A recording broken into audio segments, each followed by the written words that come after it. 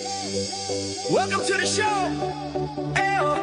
Oh. Lights come on, we're left tonight. Sportcat shining, feeling right. Brenda's laughing by his side, turning chaos into pride. Headlines roll, but we don't fear. We find the light and bring it here. Sportcat's Gazette, don't bunker tonight. We rise above with laughter and light. Through every storm, we find our way, smiling through the madness every day.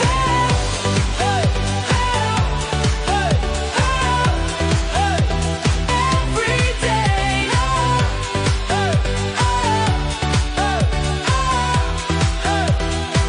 Sportcat's Gazette, hit play. Sportcat's Daily Gazette, live across Australia on Dare Media Group radio stations. News, weather, And somehow it all makes sense. Sort of. For more information, go to daremediagroup.com.au. The boss jock has entered the building. You are listening to the Sportcat Show. That's right, ladies and gentlemen, boys and girls, children of all ages. You're the one and only Sportcat. I am here with you for the next 2 hours on Dare Talk Radio, Radio X Country, Gold, and Rock and Roll. Welcome, all of our fans in Australia. Please come over to the YouTube channel and join the chat and get ready for trivia because we're going to get Brenda going. So, hello, Denise. And I see Chris is in there somewhere. I saw him in there. Oh, yeah, there's Chris. Oh, and I forgot. Yeah, there's Brenda. So, I forgot all about Brenda. Oh, my God. I'm my co-host. I forgot about her. Damn it, man. And I understand from a reliable source that we have Andy watching. Is that correct? I believe so. Yes. All right, Andy. We're going to keep a check on you today because He'll be messaging me. Yeah. He'll be messaging me with answers on Facebook.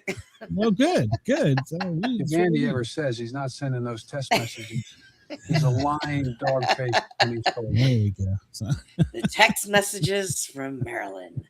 let me push this out there before you start cursing. Oh, yeah, please. The views, opinions, and satirical content expressed on Sportcat's Daily Gazette are those of the host, Glenn Sportcat Jackson, That's me. and do not reflect the views of any affiliated networks, sponsors, or platforms hosting the show. This show is intended for entertainment purposes only. Please note, satire and humor, all commentary, especially on news, sports, and entertainment, is presented in a satirical manner. Statements made on this show should not be taken as factual reporting or professional advice. No, I'm not a political scientist. So I'm not a scientist. Well, I guess I'm a fire scientist. So there you go. How was your day, Brenda? Mine was stressed. I had to get ready for today's show. I had last night's show, and then I had to record the Thin Line Rock Station, which just finished airing. So, Lord, it was busy yesterday. I didn't get to bed till late. So, Okay, Andy said, yes, he's watching. Hi, Glenn. Okay. Hi, All right, well, Denise. Hi, Chris. okay, well, we're glad to hear Andy's still with us. We were getting worried, so. My day was okay. I did a lot of laying down and napping and resting like I'm supposed to be for right now. So Okay. I did get some sleep last night, which was Good, okay. good. And then I went back to sleep again this morning for a little while. And then my dog got pissed off. Denise, Putin bit at me. He snapped at me. Good 'Cause doggy. Good. He did dog. not want to get out of bed. And I was like, dude, you got to get up and go to the bathroom. He's Good got dog. so lazy. He don't even want to get up and pee, little ass.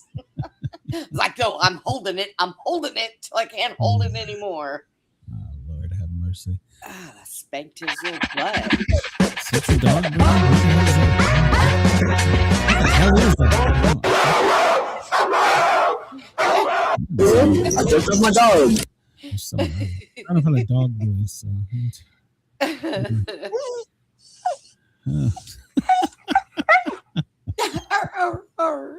That should be Brenda's dog. Oh my God. She's excited, her dog. So, yes, everybody, please remember to hit that like button. Yes, Share it out. It spreads it out across the interwebs. We're growing, so we need all the help we can get. And please come over and subscribe. If you're letting us tickle your ears and you don't want to see our faces, I get it. Brenda's a pirate. I am a pirate today. I'm a pirate. So please come over and at least subscribe. So if you want to join the chat, that's even better because, well, we have an entertaining trivia. So we've always got an entertaining trivia. So we suck at trivia, but it's funny. What does we? You suck. I don't. I'm perfect at it. I just push buttons. We're in this shit together. Don't you give me that. All I do is push buttons, Brenda. Oh, you're right. That's it. That's my only job is to sit here and push buttons. So. Oh, God. I'm preparing 2 hours a day before this show. And you like wake up at the last minute. Oh, we got a show today? You didn't yesterday. You were in bed yesterday pretty good, pretty late. That's good. Yeah. I had some sleep. I think rest did. You know, when we're younger, we could just like lay down for 10 minutes and jump up out of bed and go party all night long. But I think we keep forgetting we can't be doing that shit anymore. We were talking about that on my show last night. My hour 2 guest, he was a firefighter paramedic. He's an author. He's a city councilman.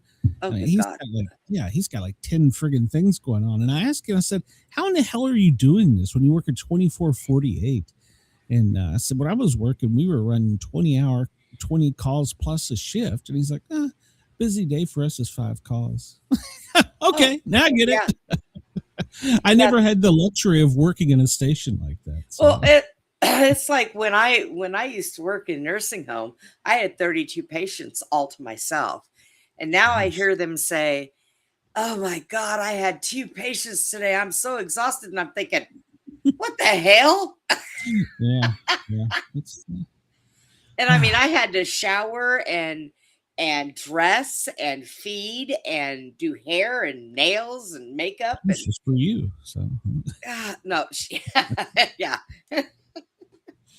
All right. Well, let's see. It's 2:08. We're getting an early start here today. LA 11:08. Anchorage 10:08. I don't know why. Chris, where you're at in Illinois, it's 1 in the afternoon. Our dear friends down under, who are, by the way, the northeast side of the island is preparing for a typhoon. So we might want to check on that. So Sydney, good morning. It's tomorrow over there. It's your Friday. So you suck. So it's 5 in the morning. The Prime Minister of Japan is in Washington, D.C. She's up and moving around. It's 3:09 her time. So hopefully she got here and got some rest. So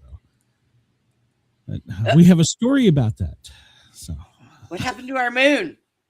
It's gone. And bye-bye, moon. So the moon is at 0% illumination as we work our way towards the next moon. The sun is pissed off. Standing in the front sun of is it. having solar storms. So sometime today, we're going to get hit with a solar storm that may take out the entire internet, and there could be an earthquake in the Gulf of Mexico that goes up to Chicago. I don't know. That's just what I saw one scientist say. So You I mean have no the idea. Gulf of America? Yeah, that too. So there'll be one in Gulf of Mexico and America. So The Gulf of Trump. how do they predict earthquakes? I mean, I understand that the sun and the moon and shit lines up and it causes power, but I don't know. I mean, I can give you the scientific thing. They could say they have these things in the ground all over the place that measure them, or I could tell you because they start them themselves. But take it either way you want.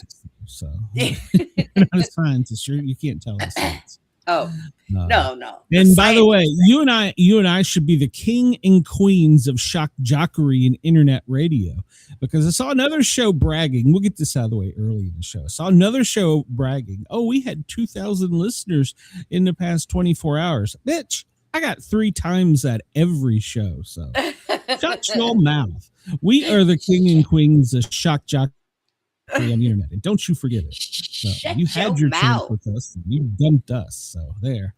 So you dumped us like a hot potato. Or we dumped you. No, we dumped you. That's what it was. We dumped you. So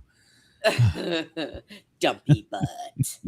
So I don't know if you live in the north, and they said it could be as far down as Tennessee. Go outside tonight and look for the what is it? The Aurora Borealis, I think it's called. Aurora Borealis, yes. Yeah, so you might get some interesting pictures. If you get some good pics, send them to me. My email address is always in the show description. I'd love to see them, and I'll share them with the audience if you give me permission to. So. Yeah. So I'm going to go outside and look tonight. So, and hey, look at this. The current moon is only 7 minutes late. I'm sorry, the current sun. So It was 7 minutes late yesterday. It ain't changing its mind. I don't know. Some days it's slower than others. It just does what it wants to. So, what do you think, Brenda? I think we should do a farm animal game. Yes. Here. Yes, we'll let's do farm animals. Farm animals.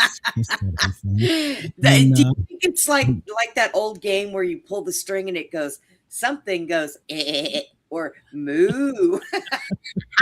I don't have any of those. Well, I can find one maybe. I don't know. I'm always on the lookout for good trivia.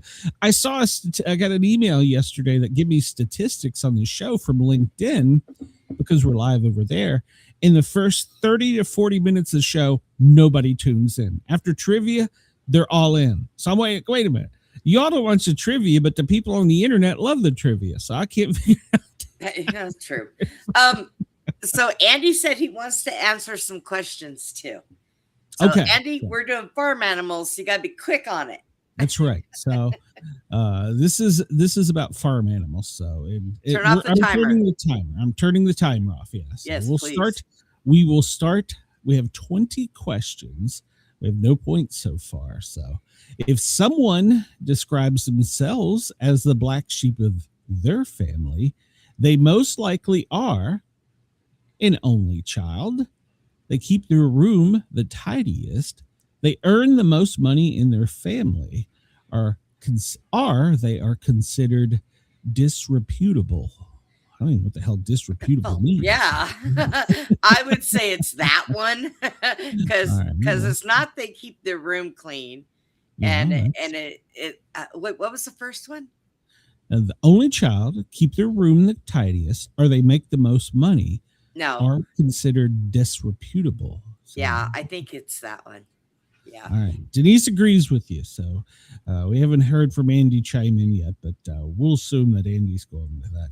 And that would be correct. A black sheep means a disfavored or disreputable member of the group and dates as least as far back as 1657. Hey, Butch, welcome to the show. Well, now we know what disreputable means. Disreputable. I can't even say it. Question number 2. We got 100 points so far. An effort to give up a habit abruptly is frequently known as going blank. An effort to give up a habit abruptly is frequently known as going blank. Starving mule, shorn sheep, cold turkey, or loosey goosey. Okay, wait. Read it to me one more time. I was reading what Andy said.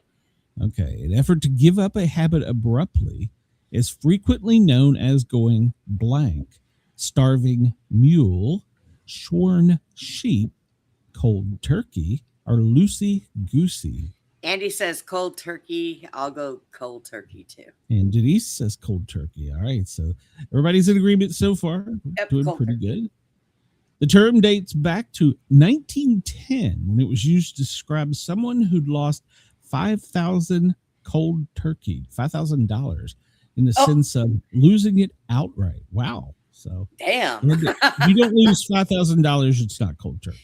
So you better just stop drinking cold turkey. Yeah, stop drinking. Yeah. All right. If someone is getting your goat, what are they doing? If someone is getting your goat, What are they doing? Confusing you, inspiring you, amusing you, or annoying you? Oh, Brenda we is all my know old this. goat. We all know this. I'm his goat. Annoying. Right. Brenda is my goat. Very annoying. So yes.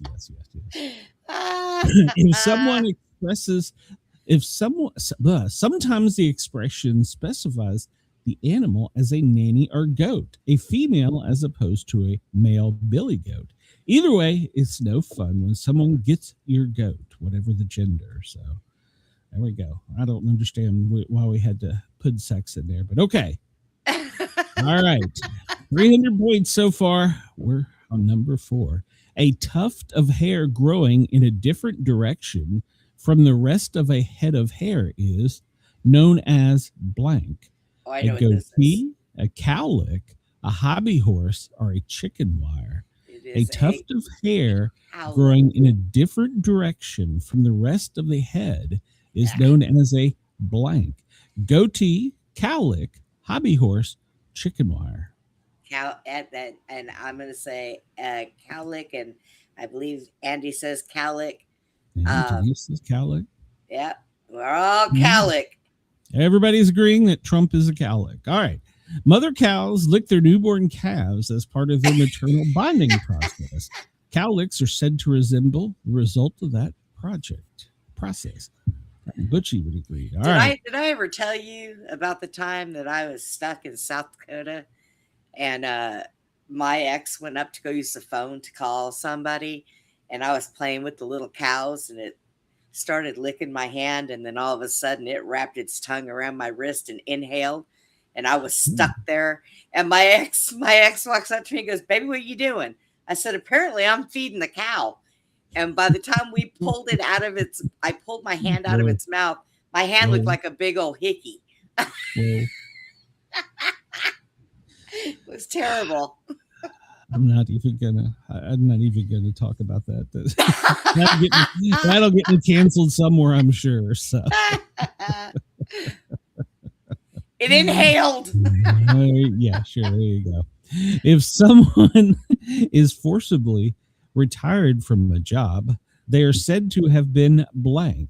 If someone is forcibly retired from a job, they are said to have been blank. Put out to pasture, put to seed, put on a mule, or bailed away. Wow. Well, I know what the answer is, but I'm gonna say I know what the answer is, but I just want to talk about this put on a mule thing. What the hell? But it's put out to pasture. Back on. There we go. Yeah, it's but AG says put out to pasture. Denise and Chris agree. Do we have Andy in this as well? He might not have typed. Wait. Okay, yeah, put out to pasture. Yeah. All right.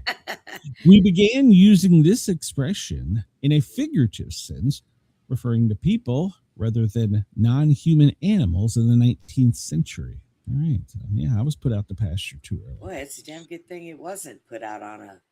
If you have risked all you have on the success or failure of a single thing, you may be said to have blank.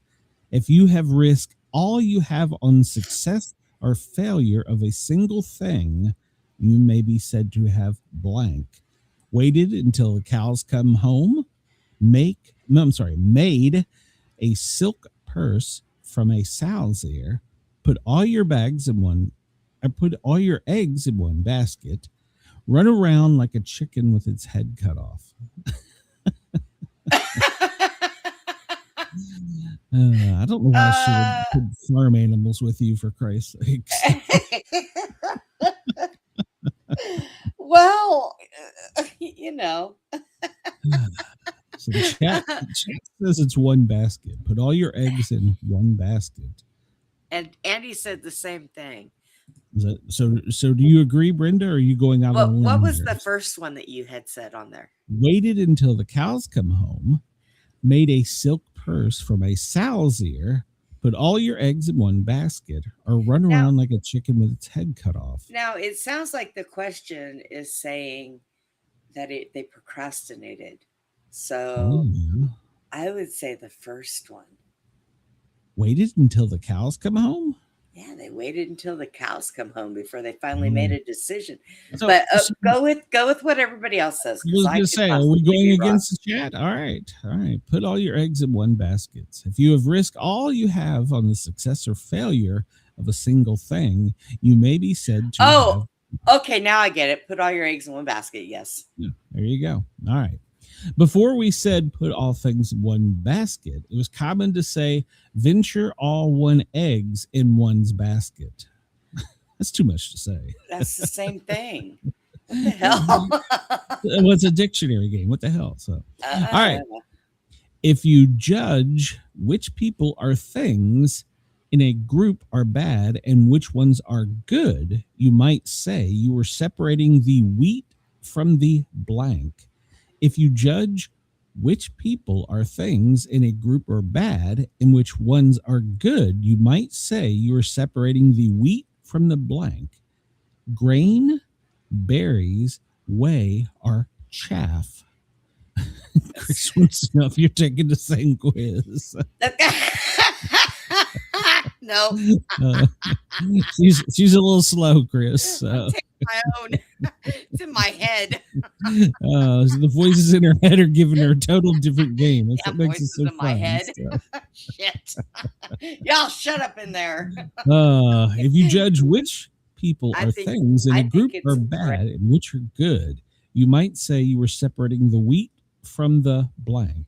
The wheat from the grain, I think. Oh, you say grain, and the Denise and Chris say chaff. Oh, well, maybe it is. I don't know. Well, Wait a minute, hang on. Andy just chimed in. Chimed in. He said grain too. Okay, so we're tied here. So you all are putting me to make the tiebreaker here. Make the tiebreaker, JD Vance. Perfect so far. So I want to say grain as well, but that's probably wrong. But we're going to go with grain just for the hell of it. So, and we were wrong. Oh, The well, chaff is son of a- correct. Chaff is designed as the seed covering and other debris separated from the seed in a thrashing grain. So So when you thrash basically- your grain, you separate your wheat from your chaff. So basically, you what go. you're saying is wheat has clothes on. Until you thrash it. So yes. Thrash it. So you beat the hell out of the wheat, and its clothes fall off. Is that how that works? Pretty much. Oh, well, All right. damn. Number 8. If you bought the farm, it means that you have blank. If you bought the farm, it means that you have blank. Purchased something unnecessary, invited in-laws to visit, achieved success, or passed away. Passed away. Definitely. We All know right, that. Denise, Let's see. KG, everybody's on this one so far. Passed away. What does Andy say for 100? Passed away. Andy Passed says away. passed away. All right, so we're going with passed away. If you listen in the chat, there is no clear explanation regarding the origin of this expression, although there is speculation of where it comes from. Fighter pilots. Interesting. So, What? Fighter well, pilots. I guess if you bought the farm and fight as a fighter pilot, you're dead. So, Oh, damn. Well, okay. all right. The earlier version, keywords there, the earlier version of the expression when pigs fly ended with blank. To the library, to their tails forward. Well, no, I'm sorry, with their tails forward. What the hell? And Presbyterian dance and have their own phones. The earlier version of the expression when pigs fly ended with to the library, with their tails forward in Presbyterian dance and have their own phones. So I'm going to say phones is not an answer. Earlier, so it's not that one. What about the tail thing? With their tails forward. Tails. I don't know. When pigs fly, with their ended with their tails forward. Oh, wait. I don't think Andy, it's a Andy library. chimed in. Andy chimed in with their Okay. tail. Andy says with their tails forward. Okay, so is that what we're going with? And With the Denise tails forward? says tails forward. Okay. All right. So we're going tails forward. And we are correct. The version of the Yay. expression is not often found after the 17th century. So there you go. After the 17th century, we ditched the pig's tail. So number 10, the idiom for engaging in a period of youthful promiscuity is sewing one's blank. The idiom for engaging in a period of youthful promiscuity, if you were a whore, is sewing one's blank.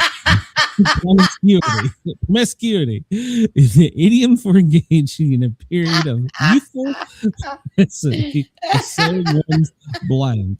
Wild oats, nuts and berries, poppy seeds are that devil corn. Wild oats. And Andy says wild oats. I say wild oats. Everybody's saying wild oats. Sowing one's wild oats has been used for this purpose since the Promiscuous whore. I couldn't pronounce it, so we just came up with a new word.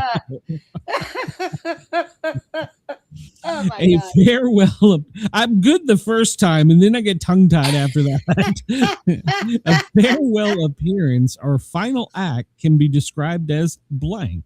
A farewell appearance or final act can be described as blank. Quail dive, chicken dance, swan song, or duck parade. Oh, I have no clue on this one. It says all he remembers is flow for malice when pigs fly. Everybody's saying swan song. Swan song. A farewell appearance or final act can be described as blank. And everybody says swan song. So we'll go with swan song. And they are correct. Swans don't sing. At most, they trumpet and whistle. And in the case of mute swans, they only hiss and snort. According to the ancient legend, swans sing one beautiful song just before they die. Oh, There we go. Aw. You know. Go I hug know. a swan today. if I ever hear a swan singing, I'm going to coddle it and say it's okay. It's okay. Go to the light. Go to the light. Which of these terms originates from the behaviors of hens? Which of these terms originates from the behavior of hens? Feather duster, a wing and a prayer, pecking order, or deviled egg? Which of these terms originates from the behavior of hens? Feather duster, a wing and a prayer, pecking order, or deviled egg? Pecking order. Okay, yeah, I agree. Let's see if everybody else is in agreement here. Has Andy chimed in yet? No, but Denise says pecking order Pecking also. order. So Let's see. Chris says it's sad to finally sing one. Your life just ends. It's disappointing. damn, One Chris. song. That's all I got. One song. I'm out. Andy says pecking order too. All right. So go with pecking order. Which of these terms originates from the behavior of hens? Pecking order. It's a term for a social hierarchy.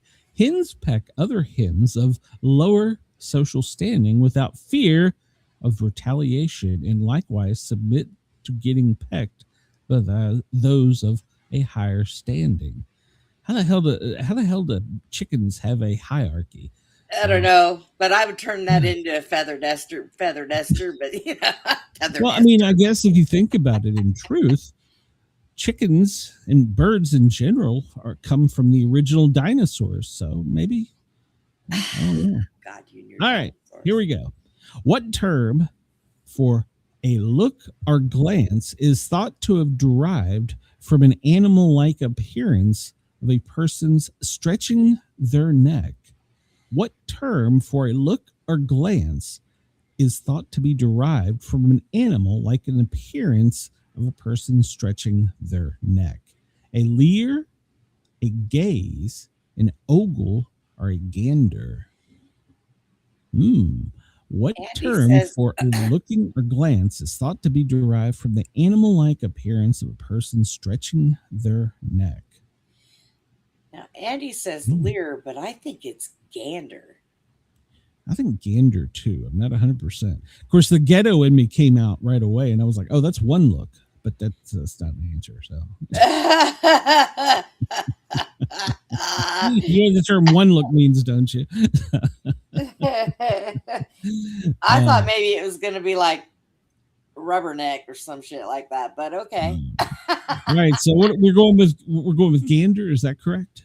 Yeah, let's go with gander. Okay. So we're putting Andy out on a limb here. So, and Andy was wrong. It is a gander. Oh. Next time you stretch your neck to take a gander at something, consider that you might resemble an adult male goose, also known as a gander.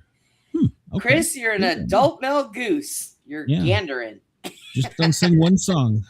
You'll be dead. So. Don't say it. Which of these occasions would be a proper time to shout horse feathers? Which of these occasions would be a proper time to shout horse feathers? Don't know that I've ever yelled that. When you hear someone sneeze, when someone holds a door open for you, I'm going to use that in the ghetto. After eating something very spicy, when a person says something disagreeable. So when do you shout horse? Okay. When someone sneezes, when they hold the door open for you, after you eat something spicy, or if somebody says something disagreeable. Okay, see, I have no idea because I ain't never used that before nor heard anybody use it.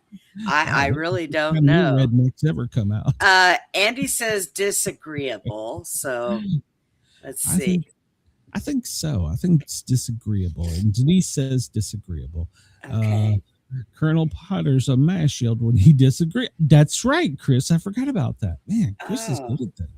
You don't need to be a farmer to know horses don't have feathers. Horse feathers is a term used to call out nonsense, similar to balderdash, otherwise known as bullshit. So,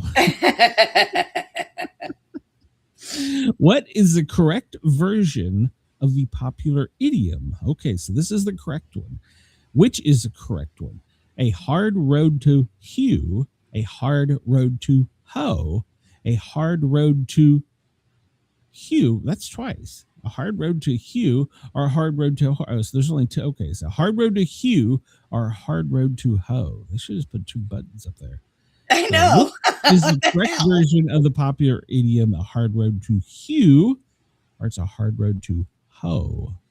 Ho. Oh. Yeah, I agree. But I don't know why there's four of them. This is tricking me. Do I push? Which one do I push? Top one or the bottom one? Oh, I'm shit. afraid. I'm going to push the top. Here we go. The expression refers to using a hoe, which is a tool with a flat, thin blade with a long handle. Holy crap, I screwed that up. A tool with a thin, flat blade on a long handle to plant a row of crops. So it's a hard road to hoe. So it's Can I tell you the truth? No, I really wasn't guessing. I wasn't guessing. I was just saying ho because but okay. What does poke refer to in the expression pig in a poke? What does a poke refer to in the expression pig in a poke? Bag, mud pit, state of difficulty, or stable. What does the poke refer to in the expression pig in a poke? A bag, a mud pit, state of difficulty, or stable.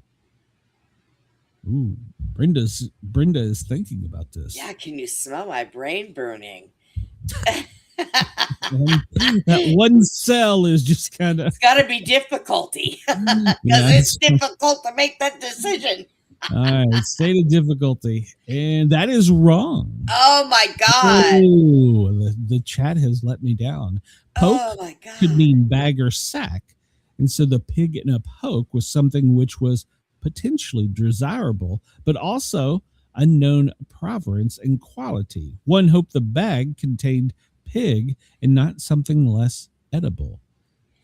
All right, so there you go. It is pig in a poke refers to a bag or sack because you're hoping that there's something desirable, the pig. So why would anybody hope a pig was desirable? What the hell? I don't know. Butch said bag, but he was a little late, so we'll give him credit. Why is it considered rude to look a gift horse in the mouth? Why is it considered rude to look a gift horse in the mouth? It's rude. Farrier's custom was to always check an animal's ear first. The word mouth formerly had a much different meaning. It used to be rude to show teeth. One might be looking at its teeth to see how old it is. Oh, that's weird. Why is it considered rude to look a gift horse in the mouth? Farrier's custom to always check an animal's ears first. The word mouth formerly had a much different meaning. It could be rude to show teeth. It used to be rude to show teeth. One might be looking at its teeth to see how old it is. Ooh. Well, Chris says, I thought that smell was Brenda's horse hickey hand. it's a cow hickey hand, by the way. Oh, Lord. Glad you didn't have another opinion. All right. So why is it considered rude to look a gift horse in the mouth? Well, I don't know, but I think it was that. Wait, read the answers again. Farrier's custom was to always check an animal's ears first. The word mouth used to have a much different meaning. It used to be rude to show teeth. One might be looking at its teeth to see how old it is. The word mouth used to have a different meaning. Okay, so that's what you think. KG says not showing teeth sounds the most logical. I mean, if they're talking about a veterinarian and a horse, I would say check the ears first. But Are you talking about a hoe? Is that what you're talking about, Brenda? yeah, it's a hoe. There you go. Hoe. I think it's gonna be. It used to be rude to show teeth. I think. I don't know. Well, we got all I don't different know. answers, so we just push them all. Fuck it. Well, we'll go with the chat, but I have a total different. Well, never mind. And it is wrong. One might be looking at its teeth to see how old it is. Well, maybe that's what they were saying.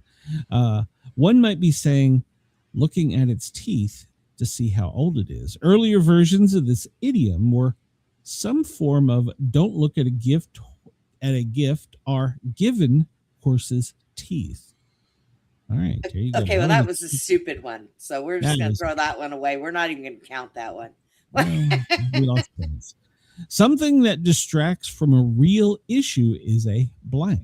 Something that distracts from a real issue is a blank. Red berry, reed bearing, red herring, or reed pairing.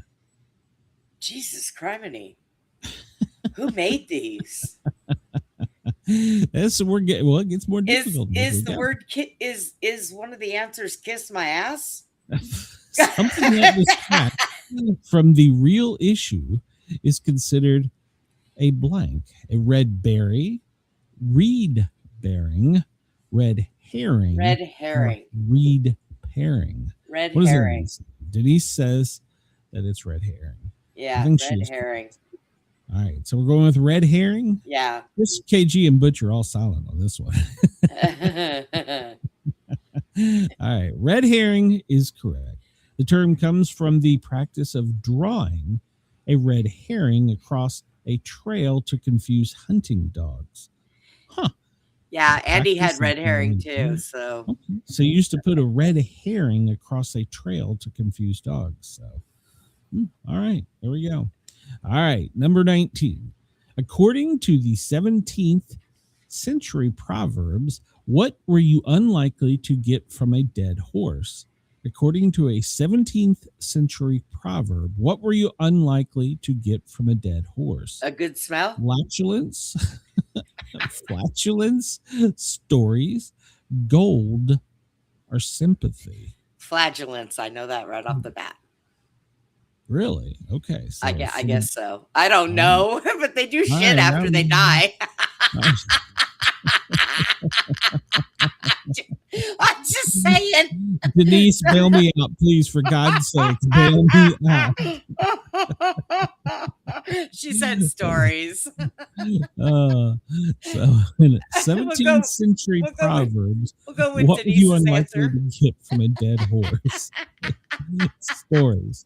All right, we're gonna go with stories. Andy said stories. And it was too, so- flatulence. For God's sake, it was flatulence. I was right. How in the I've never heard that in my entire life. So yeah. 17th century proverbs. What were you unlikely to get from a dead horse? Flatulence. Yeah. Before we had the expression beat a dead horse, there were others using the deceased animal, such as free as a dead horse is of farts. And I'm more confused by how you knew that than anything. I've had horses. Oh my God. Oh, no. I don't want to hear those stories. So stop. You'll get us canceled. In the 18th century, a barn burner, often referred to blank, a group of farmer who burned barns as an act of protest, a popular brand of cheap whiskey, one of two competing factions in the New York State Democrat Party, a now extinct variety of barn owl. In the 18th century, a barn burner often referred to a group of farmers who burned barns as an act of protest, a popular brand of cheap whiskey, one of two competing factions in the New York State Democrat Party, a now extinct barn owl. Well, I want to go with the Democrat Party, but Jesus God. a barn go with burner. the owl. You're going to go with the owl. Okay. We're going to wait on the chat because Cheap Denise whiskey. thinks group, everybody's all over the place on this one. A barn burner in the 18th century. I'm going to say it's a protest because if you burn your barn, you would never burn your barn if you were a farmer. Even if you were a protester, you wouldn't burn your own barn. Oh, come on now. Look at Minnesota. Look at all these places. So Is there another slot up there for a retard? I don't know. Can we get 50-50 phone a friend? All right. Yeah, so, I know, right? Can I phone a friend? All right. So I'm going to leave the entire thing in your hands. You in the chat decide. Son of a bitch. Oh, in my the God. 18th century, a barn burner is often referred to blank, a group of farmers who burned barns as an act of protest, a popular brand of cheap whiskey, one of two competing factions in the New York State Democratic Party, are a now extinct variety of barn owl. Okay, Andy and I say whiskey. Okay. So, and Denise, she's kind of not sure, and KG says it could be one or two. So, we'll go with the whiskey. All right, we're going to go with cheap whiskey, a popular brand of cheap whiskey. You were wrong. Oh. It was one of two competing factions in the New York State Democratic Party. Oh, my God. In the 18th century, barn burners were in opposition to another political faction known as the Hunkers. Today, barn burners means one that arouses much interest or excitement. We could have went with you that. can see that me going into Cotton Eye Joe's and go, baby, you're a barn burner. Cotton Eye Joe. We could have said the Democratic Party thing, but then people would have been mad at us for saying that. Look, so that's why I steered away from it, because that was my first instinct. Well, you would have been right 2 out of 3. So I don't know what we're gonna. Yeah, see, but now I'm stuck with going into a bar and looking at a baby and going, baby, you're a barn burner. There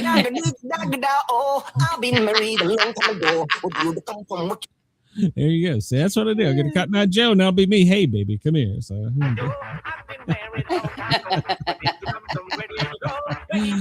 Oh God! Don't get a copyright. Don't get a copyright.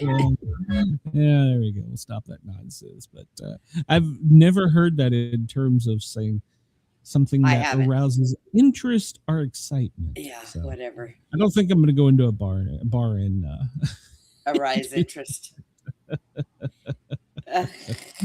we got 2,500 out of 7,800. That was a high score. So, Oh, we got a that high means we got score? 15 out of 20 correct, which is better than most people. So there you go.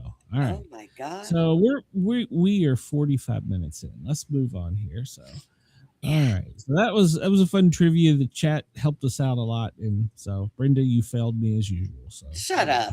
And then we got this guy right here. all right. Today's trivia for March 19th. Who said no man has a good enough memory to be a successful liar? That seems like it was yesterday's. I thought it was yesterday's. Yeah, that sounds. Who was really it? Albert Einstein or some shit? Well, no, this is Abraham Lincoln's. This must be a Oh. different one. No man has a good enough memory to be a successful liar. That was Abraham Lincoln. Okay, So they must have just all said the same thing back then. true. Now, I agree with this quote of the day. Prejudice is an emotional commitment to ignorance. Yes, There you I go. agree. Prejudice There you go, is yes. an emotional commitment to ignorance. They need to bring that back to life. Well, there you go. March 19th's holiday. It's the feast day of Joseph. He was the husband of the Virgin Mary and patron saint of the Universal Church in Workmen. I've never heard this. It's the feast day of Joseph. So we honor ate him. Joseph, who was the wife of the Virgin Mary, the patron saint of the Universal Church in Workmen. Did Never they heard eat him?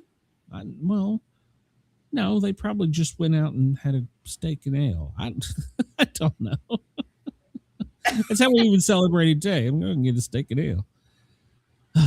History on this day, 2003, the Iraq War begins. The Iraq War begins when President George W. Bush announced coalition forces are in the early stages of military operations to disarm Iraq and to free its people and defend the world from grave danger. The war ended in 2011. Well, we're back over in the sandbox, so there you go. And he was an idiot. Why'd they listen to him too? Well, I'm not convinced the one in office isn't now. Jim Baker resigns on this day in 1987. Evangelist leader of PTL, Jim Baker, resigns his ministry after accusations of $279,000 of church money to pay for the silence of a church secretary who alleged Baker and Pastor John Wesley Fletcher drugged and raped her. He didn't resign. He went to prison. And he was later convicted of defrauding his followers of $158 million, for which he served 4.5 years in prison from 89 to 94. So in the 1996 book, I Was Wrong, he admitted that the first time he actually read the Bible all the way through, he was in prison and realized that he had taken passages out of context to support his prosperity theology. 2003, he returned to evangelism on TV and began broadcasting the Jim Baker Show with his second wife, Lori. His new ministry embraces apocalypticism and sells buckets of freeze-dried food in preparation for the end of the days. So basically, all he learned is get a new wife and let's do this shit again. So. I can do it without getting caught. I know better now. How do all these people on TV have so many hoes? I mean, there's one coming out. There's a hoe in every area code. Well, I mean, they're now saying, and I've been avoiding the headlines, but they're saying Bob Barker. You know who he was? Yeah. They're now saying he was a hoe, and he used to tell his staff that they were going to be putting out or they were going to be leaving. So, it's like, what? What? So, yeah. I don't know. Amos and Andy.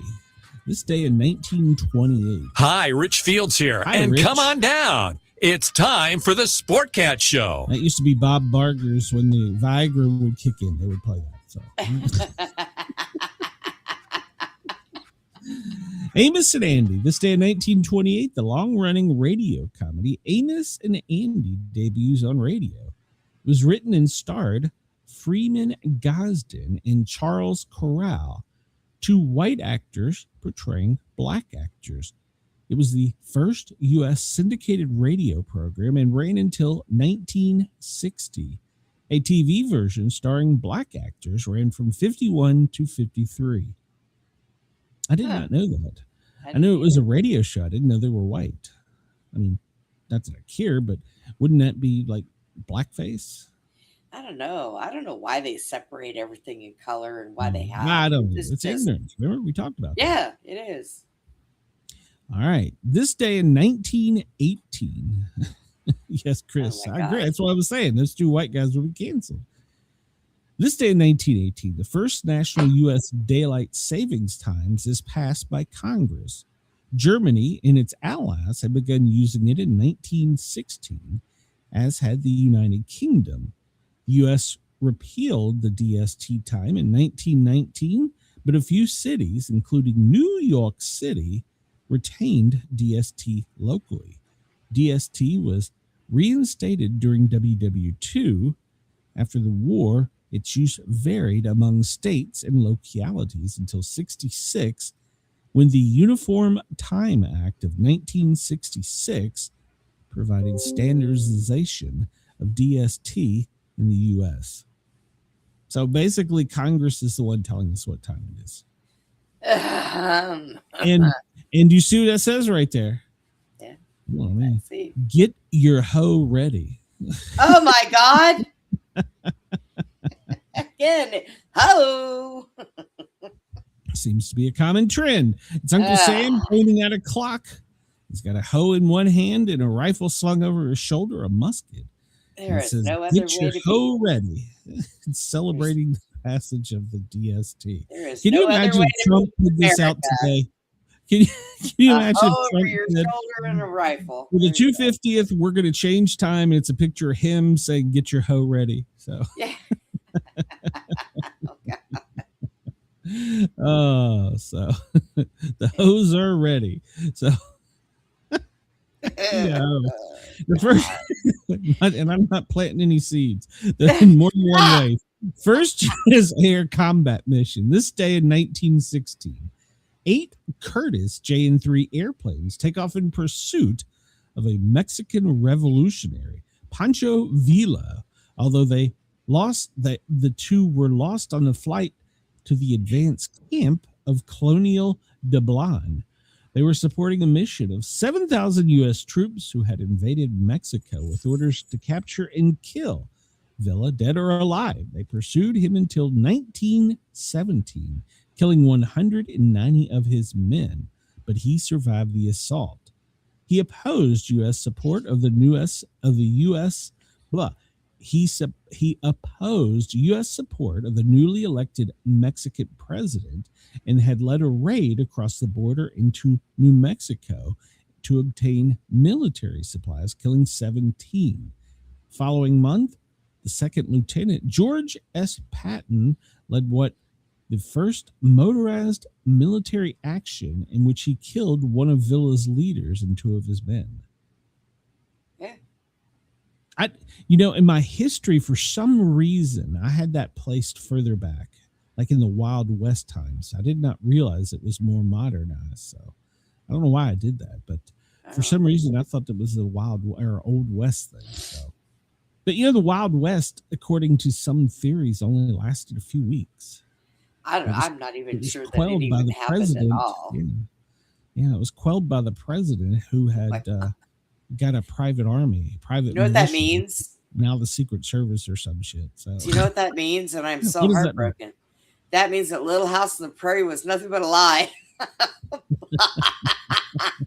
Could be. All right. This day in 1831, 2 men used copied keys to enter the City Bank of New York City and steal $245,000. In today's dollars, $7 million. Good God. They were eventually arrested and sentenced to 5 years hard labor. So they finally caught them. Can you imagine today if you just did that? Whew. Well, I'm it taking happens. that $7 million and been living high on the hog somewhere. You could buy an island in a hoe. Yeah. 1787, March 19th, 1787. New York State grants John Fitch the sole right to make and use steamboats.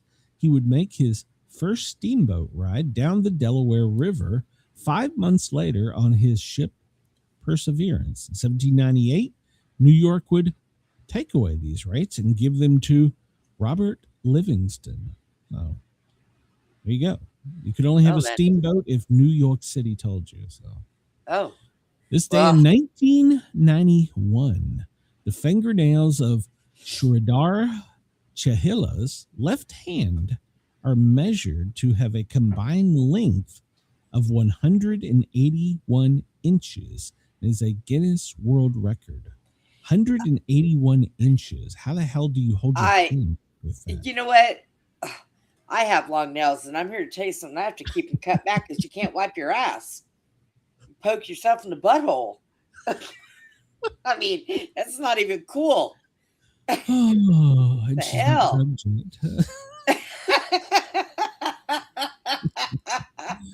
This day in 1981, 2 workers are killed while making preparations for a ground test. 22 years later, in 2003, the ill-fated shuttle would disintegrate upon re-entry, killing all 7 of the crew members. This day in 1981. C-SPAN. Right. March 19th of 1979, the Cable Satellite Public Affairs Network is launched and begins broadcasting U.S. House of Representatives day-to-day business. Its first broadcast was a speech by then U.S. Congressman Al Gore. He said, "I have invented the internet." So there you go. I know how those nails would help. Eating finger food. You just scoop that shit right out. Goes into your mouth. Chris says her husband was a brave man. So. I would give new meanings if I could get my hands on you, bitch.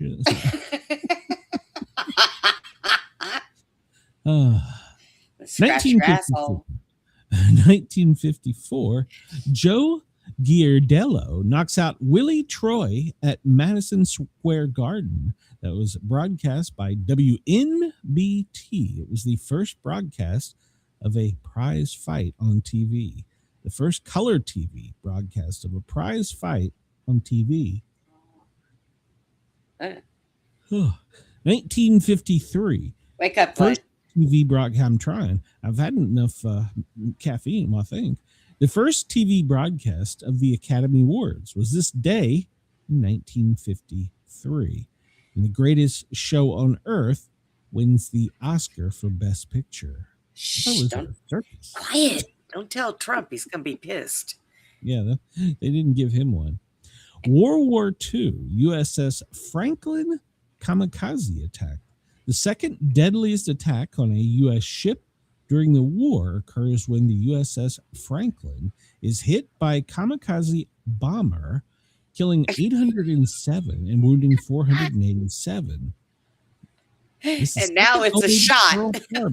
Yeah, second only to Pearl Harbor attack on the USS Arizona. The Franklin returned to the U.S. and was restored, but saw no more action in the war and was decommissioned in 1947. We got a story about that coming up. So now it's a drink that'll kick your ass. Nevada gambling. That's a drink. What are you talking about? Oh, the kamikaze. Yeah, that's one of my favorite drinks. Yeah. On this day in 1931, Nevada legalizes gambling. It was intended only to be temporary to help the ailing economy during the Depression. Right. 1931, an easy divorce. Nevada signs into law its 6-week easy divorce law. It became effective on May 1st. I guess you can get divorced in 6 weeks. Well, they did that because it'd be easier than them killing each other. So, shit. That was before divorce court. The first U.S. fractional postage stamp was 1.5 cents. The first U.S. fractional denomination postage stamp goes on sale for 1.5 cents, and it featured William G. Hardy. I wonder Wonder if if that'd you could be. get one of those now. That'd be worth Yeah, a I was million. going to say, I wonder what it would be worth now today. Yeah. Interesting. Pluto, this day in 1915, was searching for the cause of perturbations. Hold on, I'm going to butcher that. Perturbations in orbit of Uranus. The Lowell Observatory in Arizona photographs the dwarf planet. However, the photographs were not recognized for what they were, and Pluto remained undiscovered for 15 years. Do you know how they came up with the planet Uranus? They found it and they were trying to figure out what to name it, and the maid was in there cleaning and she bent over. Oh they, my God. they said, Uranus. This day in 1894. Birthday. Bill Wabaganas, American baseball player. It was the first World Series unassisted triple play in 1920. So the fifth inning of the game live, 1920 World Series, second baseman William Wabaganas with the Cleveland Indians catches a line drive by Clarence Mitchell from the Brooklyn Dodgers. He stepped on second base to retire Pete tagged Otto coming in from first and completed the first and only unassisted triple play in World Series history. You know, we've had an awful lot of Uranus and ass and stuff in this show today. You have not had any of my anus, I promise you. And I'm not even on my meds. I know. Maybe that's the problem. You're off your meds.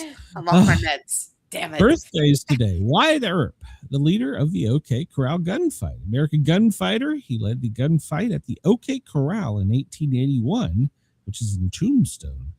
And the quote is, "That's nothing so sacred as honor and nothing so loyal as love." And then he was shot in the head. So Yeah, well, probably by his love. Chris is making fun of the way I pronounce names. Dr. Livingston, I presume. David Livingston, born this day in 1813, a Scottish explorer and missionary. In 1871, he was found in Africa by reporter Henry Stanley, prompting the famous quote, "Dr. Livingston, I presume." Oh, good God. Today is Bruce Willis's birthday. This day in 1955, the best Christmas movie, Die Hard. It's not a Christmas movie. Just like to stir you up. Bruce Willis, happy birthday, Bruce. Glenn Close, she was born this day in 1947, an actress from The Big Chill and Fatal Attraction. I think I remember more from Fatal Attraction. Clarence Frogman Henry. Go ahead. I would not want my kids thinking terrorists come down a fucking chimney on Christmas. So it is not a Christmas movie. But you can capture a leprechaun, Brenda, for God's sakes. Get with the times. So, Clarence Frogman Henry was born this day in 1937, American rhythm and blues singer. He opened 18 concerts for the Beatles in 1964. I did not know that. Ursula Andress. She was born this day in 1936, a Swiss actress. Philip Roth, born this day in 1933. He was an author. He wrote Columbus and Portnoy's Complaint, an American pastoral. Peter McGoonhan is an American Irish Emmy-winning actress. Luckily for Sean Connery in 1962, McGoonhan turned down the role of Bond, James Bond. Later, he turned down the role of Gandalf in The Lord of the Rings. He described Dumbledore in the Harry Potter films. So there you go. I don't have a clue who the hell any of that is. So who Bond is. Jack Elrod. Oh, he created Mark's Trail, the comic. He was born this day in 1924. Tiger Andrews from the Mod Squad. He was born this day in 1920.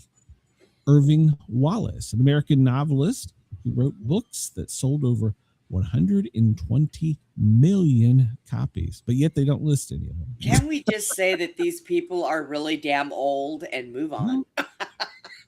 Adolf Eichmann, German war criminal, member of the SS. He organized the transportation of Jews to concentration camps for the final solution. He was captured by the U.S., but was using forged papers that identified him as Otto Eckmann. Eventually escaped in 1950, used a phony passport to travel to Argentina.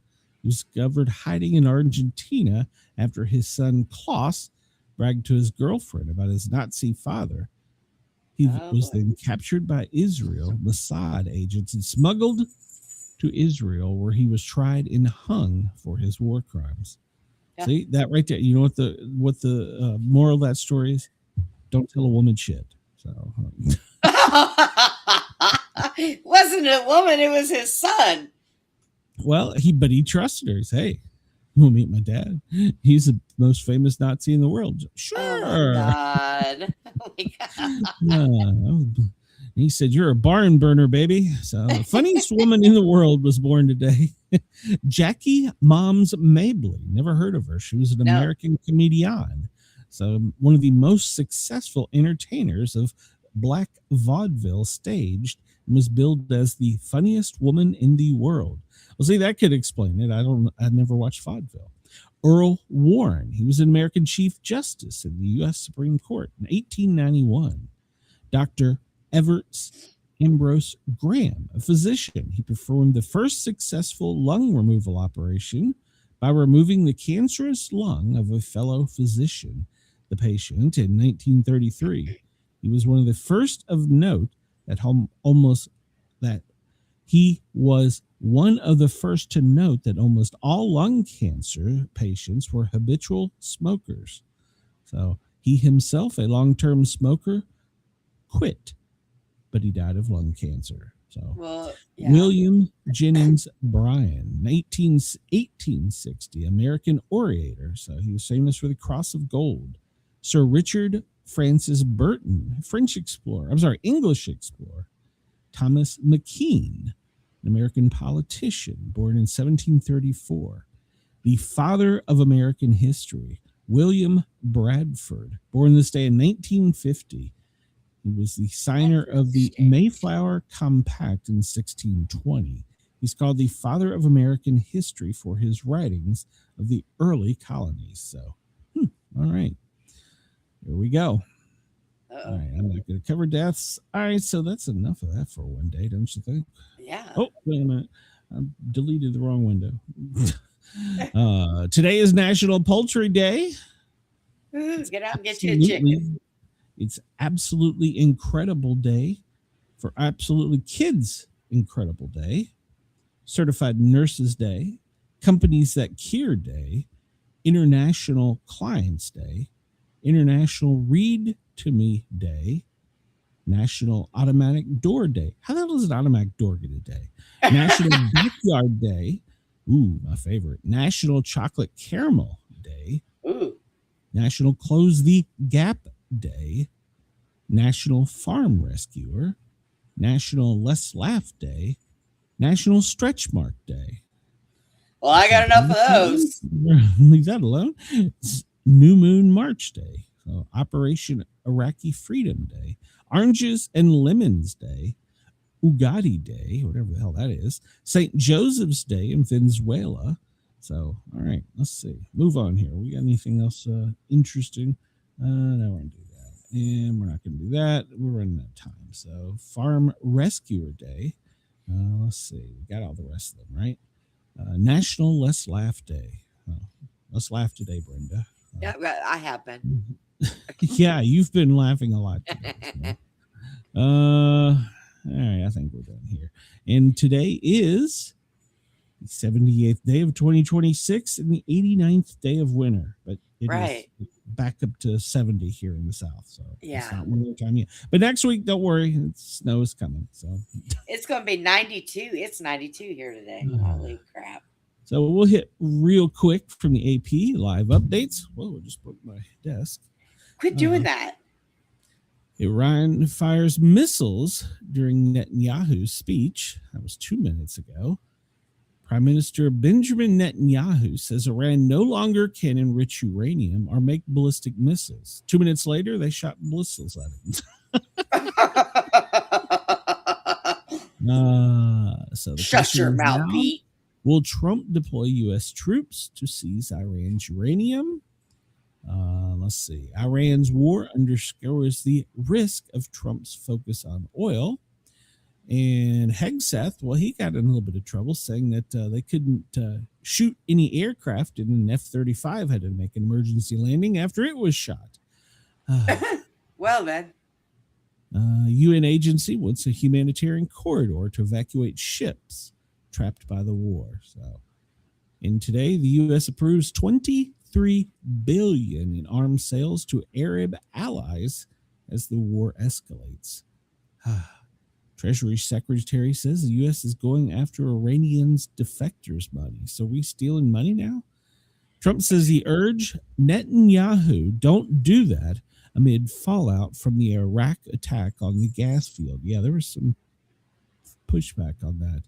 Oh, we'll talk about this with the Pearl Harbor in a second. And Japanese minister condemns Iran during an Oval Office meeting. So there we go. All right, I'm going to just skip ahead and we'll start hitting other news here. Our boy Trump. Do you know what our boy Trump did today? God only knows. Well, he's got a meeting right now with the Japanese Prime Minister, Sani Taki, and she was sitting there very patiently. And of course, he lets in the reporters because, well, he's Trump. But then he let a shocking joke out that everybody in the Oval Office was quiet and very uncomfortable. This is Trump. This is so Trump. A reporter asked Trump why he didn't tell U.S. allies, including European and Asian countries such as Japan, that he was planning joint military strikes with Israel on Iran. Do you know what his response was, Brenda? What? Well, it shocked the room. And some people just kind of nervously went,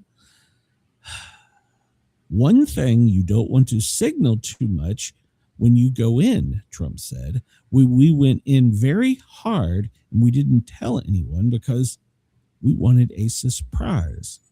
And then he turned and looked at Japanese Prime Minister and he said, who knows better about surprise than Japan? Why didn't you tell me about Pearl Harbor? Jesus Christ. Wait, what? Japanese Prime Minister sitting there right beside him. He goes, who knows more about surprise attacks in Japan? Why didn't you tell me about Pearl Harbor? I would have said because you weren't in the Oval Office, you were playing games somewhere. The fuck? Oh my God! I think that kind of it is not the purpose. He was talking about the United States in general, and yeah, Japan. I know. And she's ha ha ha ha ha. Yeah. Oh my God! Yesterday he offended the Irish ambassador and said he had Scottish blood, but he felt like he had Irish blood. Was that okay? We've elected an idiot. The White House has sparked UFO rumors. Last night, this was going all over the prepper and conspiracy theory people on the internet because, well, the UFO rumor, well, the government is acquiring new internet domains. The White House and the Trump administration, well, they're working on declassifying information about ET. And Wednesday, they registered new internet domains. They were alien.gov, which immediately sparked rumors of extraterrestrial enthusiasts, got renewed hope that something was likely to come. And then they later bought a separate one, aliens.gov. So they've got several now. So, yeah. So the internet's going crazy. Thanks to Barack and Trump for running their mouth. Now they're going to get crazy with it. All right. So this headline comes to us from Raw Story, and this is probably the best of the stories. Mystery drones spark panic that Iran may be targeting top Trump officials' homes. Officials detected multiple unidentified drones above Fort Leslie Fort McNair, a U.S. Army base where Rubio and Hegseth live, prompting heightened security measures and White House deliberations on potential relocating the officials, according to sources. So, are you familiar with where Fort McNair is located? I've never been there. No. Well, it's on the peninsula, a little point of DC. It's small. It's maybe blocks. I don't know. It's not very big, but my takeaway from this story is we detected an unknown drone or multiple drones in Washington, D.C. airspace. That's kind of scary. So, will it pick up the White House and carry it away? I don't know. The drones appeared on a single night within the past 10 days as heightened alert levels in the U.S. and in Israel because of the strikes on Iran. Officials have not determined the drone's origins, although sightings triggered White House meeting to discuss response options. So, Fort McNair is issuing broader security escalation across the installation. So, that means they're putting guns there. They're putting anti-aircraft down there. So, we got drones flying over DC airspace. This is kind of scary. So, and it's not ours? Nope.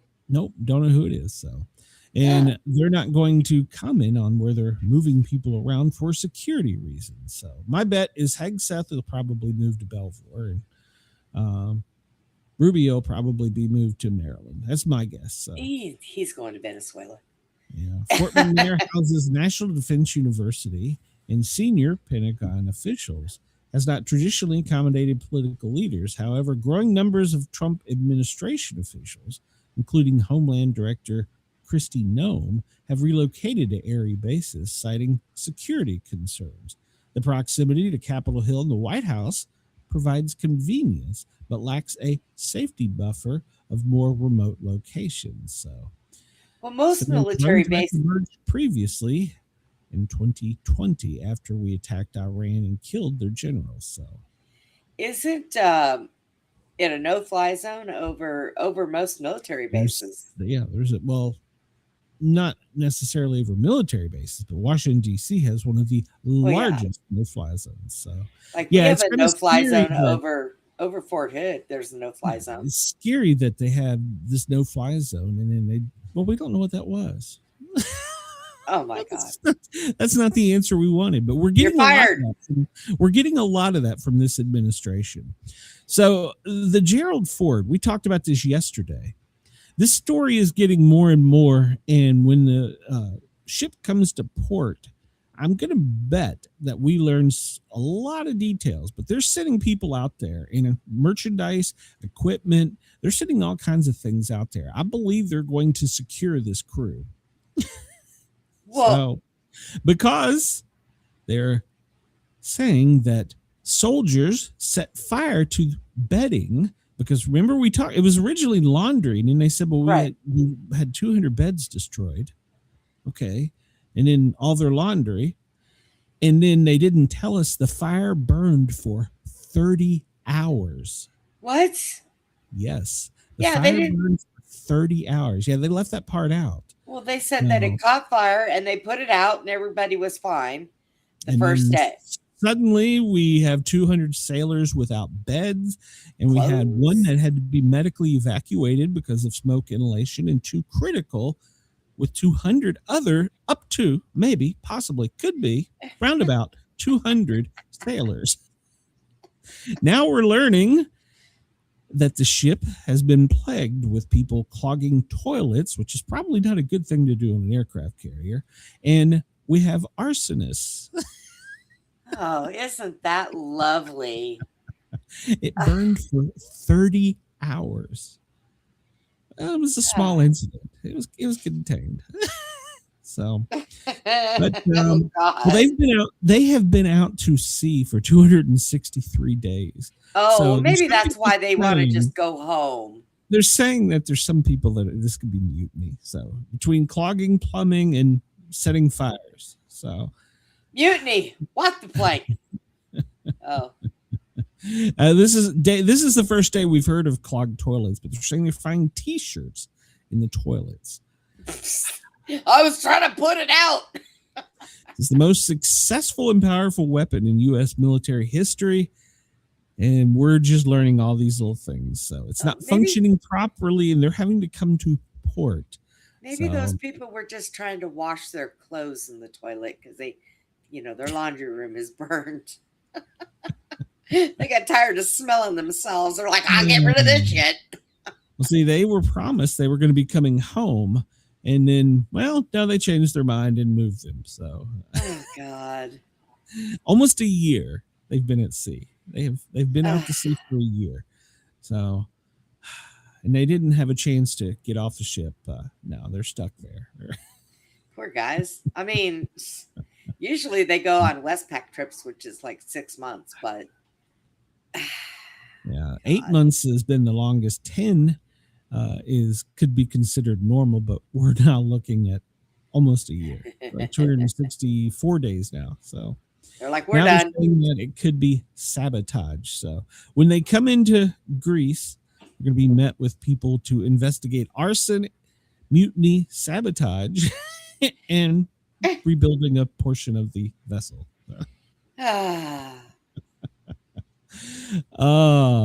So I'm sure that NCI, was it a National Criminal Yeah. Investigation? NCI says, CIS. yeah, I'm sure they're going to be out there, and that crew's going to be court. They're not going to get. They're going to be on land, but they're not going to get away from the military for quite a while. So they won't be flying home. They're going to be stuck there on port. Oh boy. Supposedly, one of our most technologically advanced aircraft, the US F-35, it got enemy fire and had to make an emergency landing. Now, there are only MSNBC, CNN are the only networks reporting this that are credible. I mean, there's other agencies, but these are the only ones. I went with CNN because out of all the stories, it made the most sense. I don't call them credible, but Well, go I ahead. mean, the others weren't. It wasn't like AP, Reuters, even a CBS. It was other. It wasn't even an outside source like Al Jazeera or BBC. So this was the most that made sense. So apparently, the 5th generation fighter sustained some kind of damage while it was over Iraq, but it did land safely and no crews were injured. So they're investigating the incident, but the military is not confirming on what it was. In fact, we still don't know 100% what that aircraft is capable of. So we do know it costs $100 million. So, Good God Almighty. Chris, I said it's the most credible I could find. It's very clear on that. The most credible I could find. So, I didn't trust me. I took it over MSNBC. So this comes to us from the War Zone, which is kind of interesting. Do you remember? Well, I don't know. You might not remember, but when we first discovered the Flying Dorito, the stealth aircraft, Yes. that was back during the first Gulf operation when we were in Desert Storm, Desert Shield. Well, Oh, apparently now we have discovered the RQ-180, and it is a high altitude drone that is capable of being airborne at significant altitudes and never seen. This is a highly top secret. It's a white stealth drone that's very large, and it usually only flies at night, or it takes off and lands only at night. It had to make an emergency landing in Greece. yeah. So, but what I like about this article, you can go find it over on twz.com in the War Zone. What I like about this is they point out that this is more advanced than the F-35, but this generation of drones and aircraft have been operating for over a decade. So if you take from the article, what they're saying is, by time-wise, that we don't admit that this RQ-180 even exists, but there's more advanced aircraft that we're using now than this. Well, So this is the first time that it has been spotted in daylight hours, and this is the best photographs and video if you want to go over to TWZ and check them out. Yeah, the military denies that it exists, and no one will confirm what it does. So military says it doesn't exist. So, but apparently it's quite old, and now it's considered a decade old. So we It's don't on know the what's ground, but happening. it doesn't exist. The ship you are looking for is not here. Yeah, it's not here. So interesting.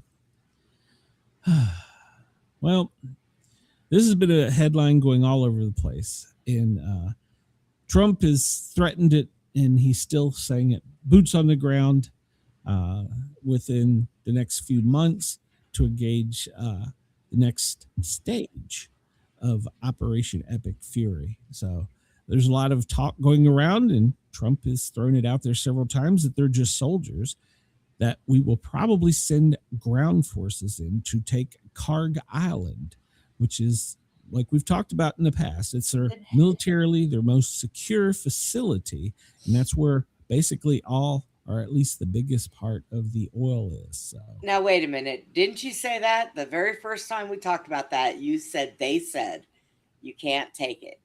And you said, don't tell him that because he will try. and it appears that we're going to put boots on the ground. Yes. Oh, my God. So I told you to be quiet. Hopefully these, well, they're not going to tell anybody until afterwards, but we know the Marines are almost there from Asia, and we sense that they're probably going to try and secure the strait. We haven't really been given what their mission is. So exactly, Chris.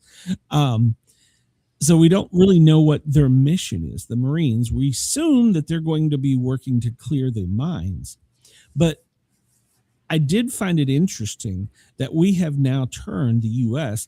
price of oil yesterday was 106 a barrel. Today, when it opened, it was 119. But that should not affect the United States, because as of today, we stopped all imports from the Middle East, and we're now using and relying on only what we get in from Venezuela. So our price of gas, we're bitching about it, is much lower than the rest of the world. Huh. But we're going in and we're going to take Karg Island. See, this doesn't make a whole lot of sense. We're going in to take it, but we don't need it. Huh.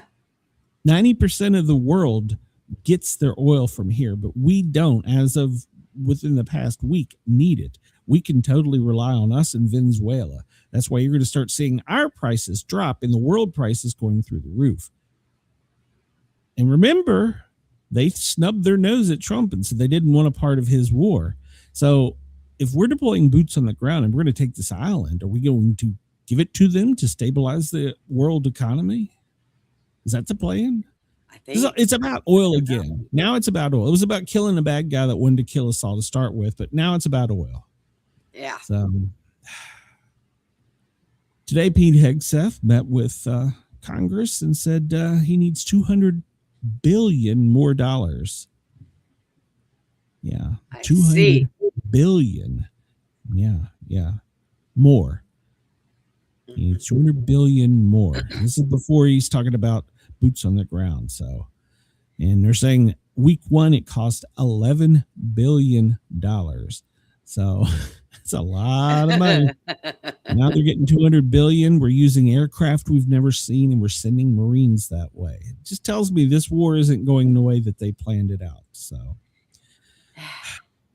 in fact, there's a headline going around today that somewhere caught on a hot mic J.D. Vance saying that he wasn't going to run for president in 2028. So, All right. I don't know. We'll see. Well, him and Trump are fighting apparently, so because he doesn't believe we should have done this either. So tonight, much of the United States in the Midwest and could be further down south, we may be able to see the aurora lights tonight. So go out and check it out. It should start sometime local East time around midnight if you go out and look up. And we learned from last time that this happened. If you couldn't necessarily see it, try and find some dark areas and take some pictures, and you got some remarkable images. So if you're in the South, or if you're in the Midwest, or even up north is going to be a hell of a show, apparently. So go ahead and check out the Aurora Borealis tonight. So Nice. I got this out of order. So I got this out of order. Yeah, it should have been before the for $200 billion. Last night, Congress, Senate was in House until 10:30 last night. We kept those little boys up late last night.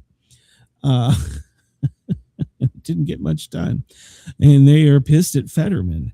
Fetterman crossed the aisle and got it approved that Trump could go ahead with his war. So war power resolution is Trump's now.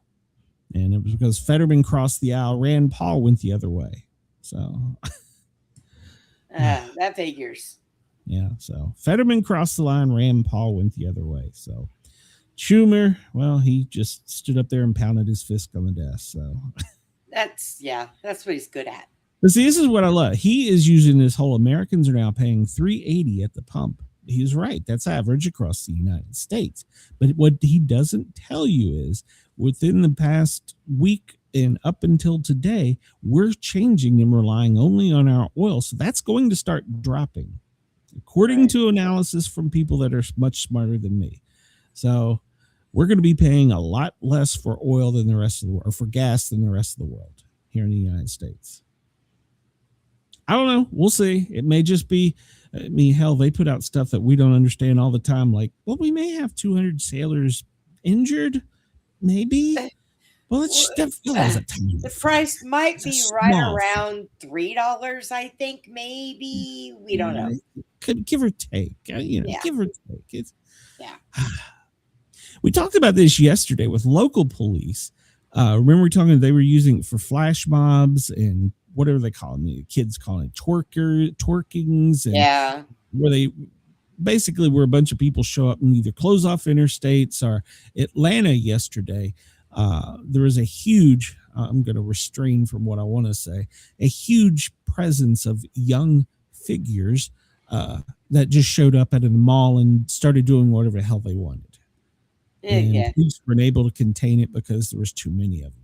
So some agencies have been buying location data and information, and that's not being widely reported. But now they're saying, well, the FBI is doing it as well. So in other words, they're using our data and buying it. They can't get us criminally. Then they can get a warrant and do other things, but they can come after us civilly. So this is kind of a new thing. And, so far the courts have allowed it since they're, quote, buying it. So in other words, people are buying your texts. People are buying your Google location, your Snapchat, your whatever's. People are buying it, and that's okay. But you got to get a warrant if you want to put me in jail. I don't know how I feel about this. I really don't know how I feel about it. It starts at home, people. Well, control your children.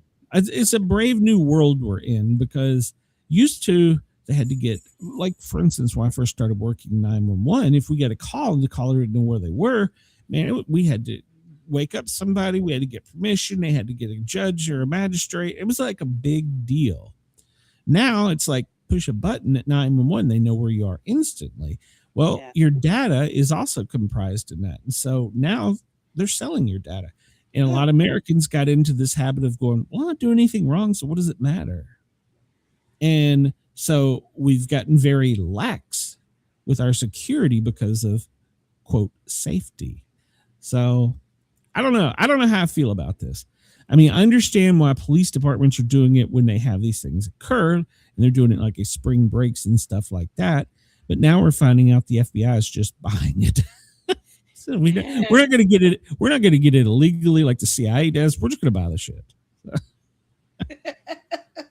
I really don't know how I feel. We don't have anything else to spend our money on here in America. Shit. God knows how many billions that costs. So this was an interesting article. It's come out of PJ Media, and one of the Democrats last night at 10:30, she was probably really tired, said something that should be understood as to why the Democrats are opposing this. Because remember, they were saying that no illegal aliens voted in elections. Remember that?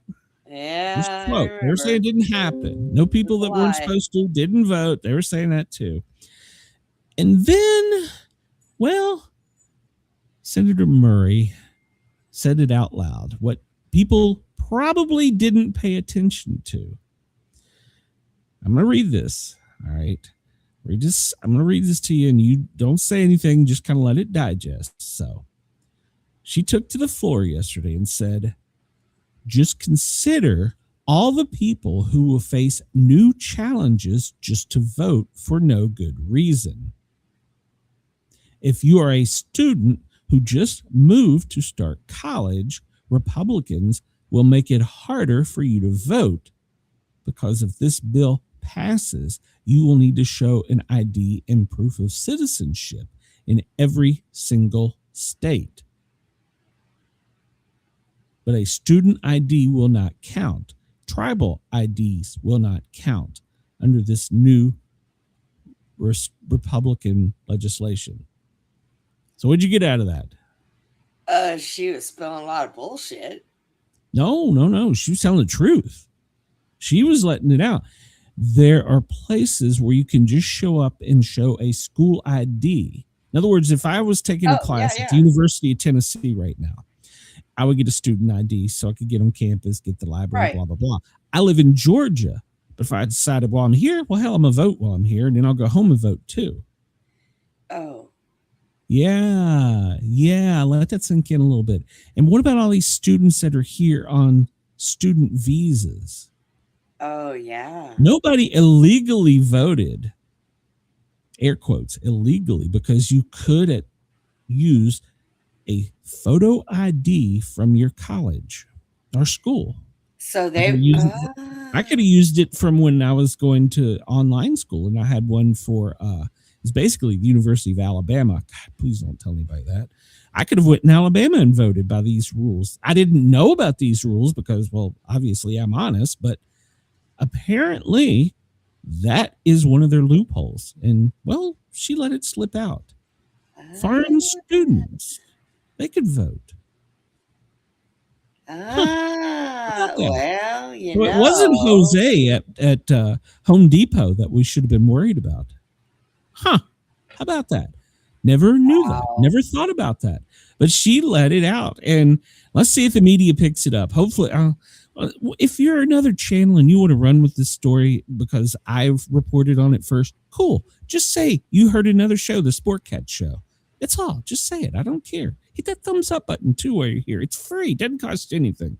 So, yeah. Let all that sink in. And she just said it. All of the students that were here on visas were allowed to vote. All the students that are at Georgia Tech from Japan, China, Asia, we'll just say Asia. There's a huge Asian student ID or student whatever you call it, visa at Georgia Tech. Huge because of the things they teach. So all they had to do was go show their student ID and they could vote. I didn't realize that students that were in college. Neither did I. I don't think a lot of people believe that. Well, I mean, they have the right to. If you're an American, if I come here and I am still a resident of Georgia, even though I'm going to college at the University of Tennessee, I could do a mail-in ballot or I could go home and vote. But with the way that we are just finding out about this, well, I could vote in Knox County and I could vote in Gwinnett County legally. Wow. Okay. I never thought about that, but they let it out. So they weren't lying when they were saying all these people you're rounding up. They never voted for us. They weren't lying. They might have voted too, but well, I mean, they may have, but the largest majority of them probably didn't, because they're usually seedy underbelly of immigration. You know, the sex traffickers, the criminals. They're usually the ones that won't just show up at a elementary school and show an ID to vote. Usually, a small percentage, but you have an educated voting bloc with this that you have imported through your student visa acts from other countries, mainly China, and they can vote. Wow. Did not know that. And she let that cat out of the bag. So let's see if any other channels pick up on this. PJ Media, I'm not sure where they got this story from, but this come out this morning or this afternoon at high noon. So, but yeah, she come out and said part out loud. Oops. So, Mark Levine, Matt Margolis. He is the columnist that wrote this article from listening to her speech. So, go to PJ Media. You can read the whole thing. Top Democrat accidentally reveals what her party really fears in the SAVE Act. Huh. Yeah, that one to me blew me away when I read that. I'm like, wait a minute, hold on. Let me go back and read this again. So we're not worried about Jose at Home Depot voting. It's the people from China that are here on student visas that can vote. I didn't realize we had that many. Oh gosh, Georgia Tech, it's a very large portion of their students. So, and they're going along with what their China party tells them to do. So they're going to vote how they see. And we just thought that Georgia was a state because of other things. No. Foreign influence. Didn't even have to pay for it. The students are being paid to be here.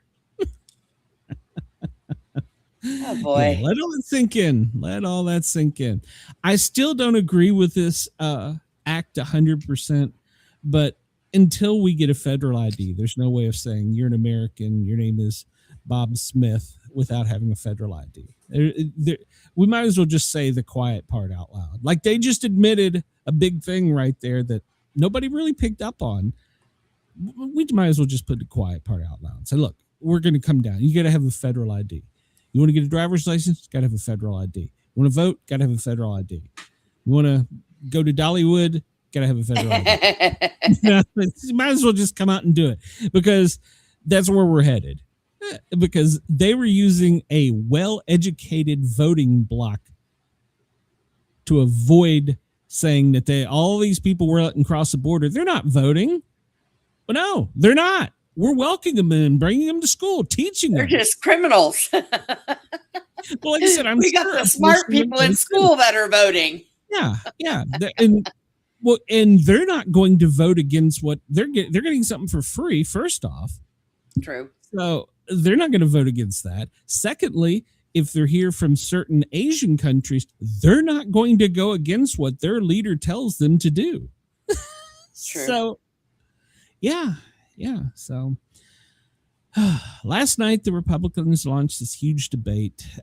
It went till 10:30 last night. They did get a couple things done, like they give Trump the War Powers Act. That was kind of silently done. And if it had been for Fetterman, that probably wouldn't have crossed the finish line. The Homeland Security Director, Fetterman's pushing him across the line, whereas Rand Paul is trying to gunk it up. So, but there's some things in his background that maybe a little shady. I don't know. I didn't look that much into it. I was too taken by that other article because I never realized that. So Trump is threatening that any other legislation from this point forward, he will veto until we pass the Save America Act. Like I said, why don't we just say the quiet part out loud? Just get it out there. Just put it plain and simple. Plain and simple. You've got to have a federal ID to do everything that requires a photo ID. Period. By 2030, if you don't have it, you can't drive, you can't vote, you can't go to school.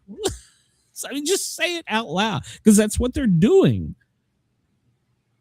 That's what they're doing. That is, they're undermining, and I'm the only one on the internet preaching this. I'm the only one saying this is the end goal.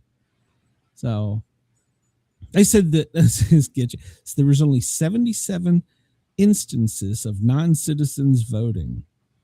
It's the wording. It's the wording. Non-citizens. They were non-citizens. I'm not even doing all this other, but yeah, this bill goes into this is you can go to the Daily Fly. They did a pretty good job of summarizing the bill. You can read about it. It goes into basically putting it in language we can understand, the photo ID, and the gender affirming stuff. I don't know why that's attached to this bill, but it shouldn't be. So Joe Kent, we know who he is. Here's the deal. At one point in time, this guy was a well-decorated war veteran. He was also a registered Democrat, and he switched back and forth from parties.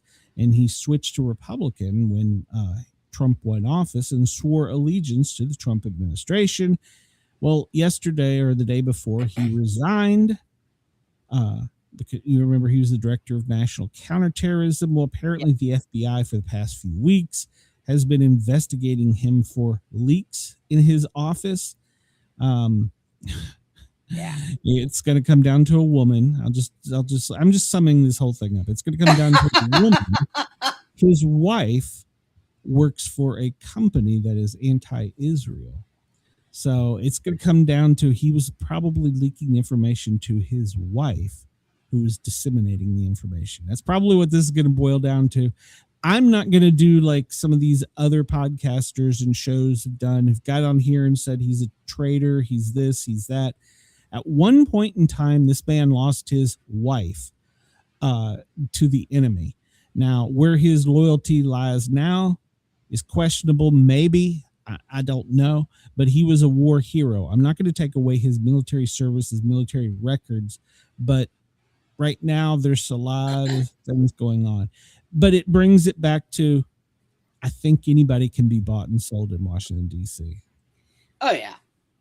So this has been trending, talking about White House. They didn't allow anybody but military and staff, White House photographers, attend the dignified transfer. One side of the media is tearing him up, saying he's using it as a photo op. Well, let's not forget Biden, during his photo op, was checking his watch during doing this. That's true. Let's not forget all the other presidents have done the same thing, because they sent these people to die. If that's their job. They sent them to war. So presidents should be there. So I'm not giving him criticism for going and saying it's a photo op. And they have AI'd this. They've AI'd some pictures too. I think even Fox got caught on one of these. They AI put a MAGA hat on Trump. You're not supposed to have a hat on at these ceremonies. And it turned out that was an AI photo.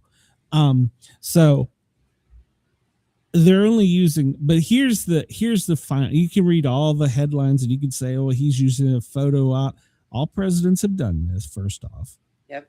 All right. And see, even this article is referencing he previously ditched a casual baseball hat to appear in more formal. Okay, well, those other photos were proven to be AI. Yeah. So that was proven. That's been proven. So the Inquisitor is quoting a bad source on that.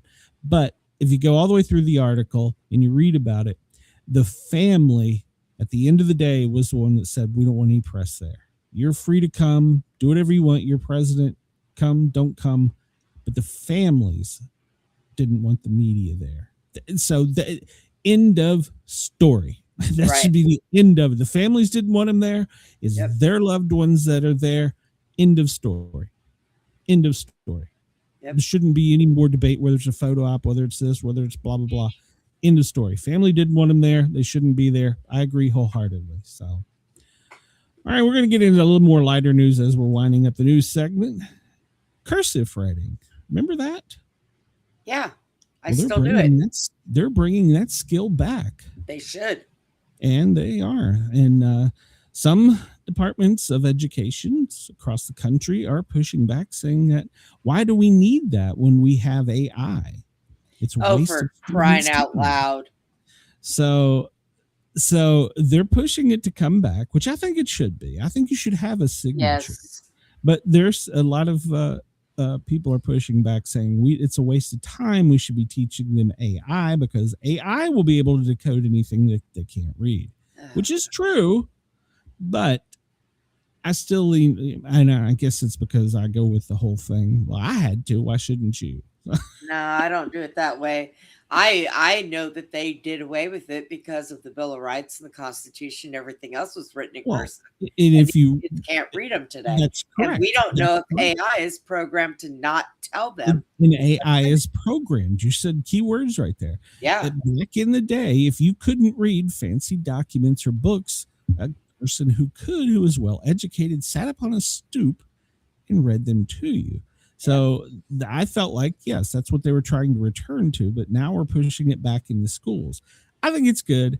If nothing else, another thing I think about it is it also gives you, it starts using the creative section of your mind, because you may make your C's different than I may. They all look like C's, but I go up and down and around, and you may just go just around.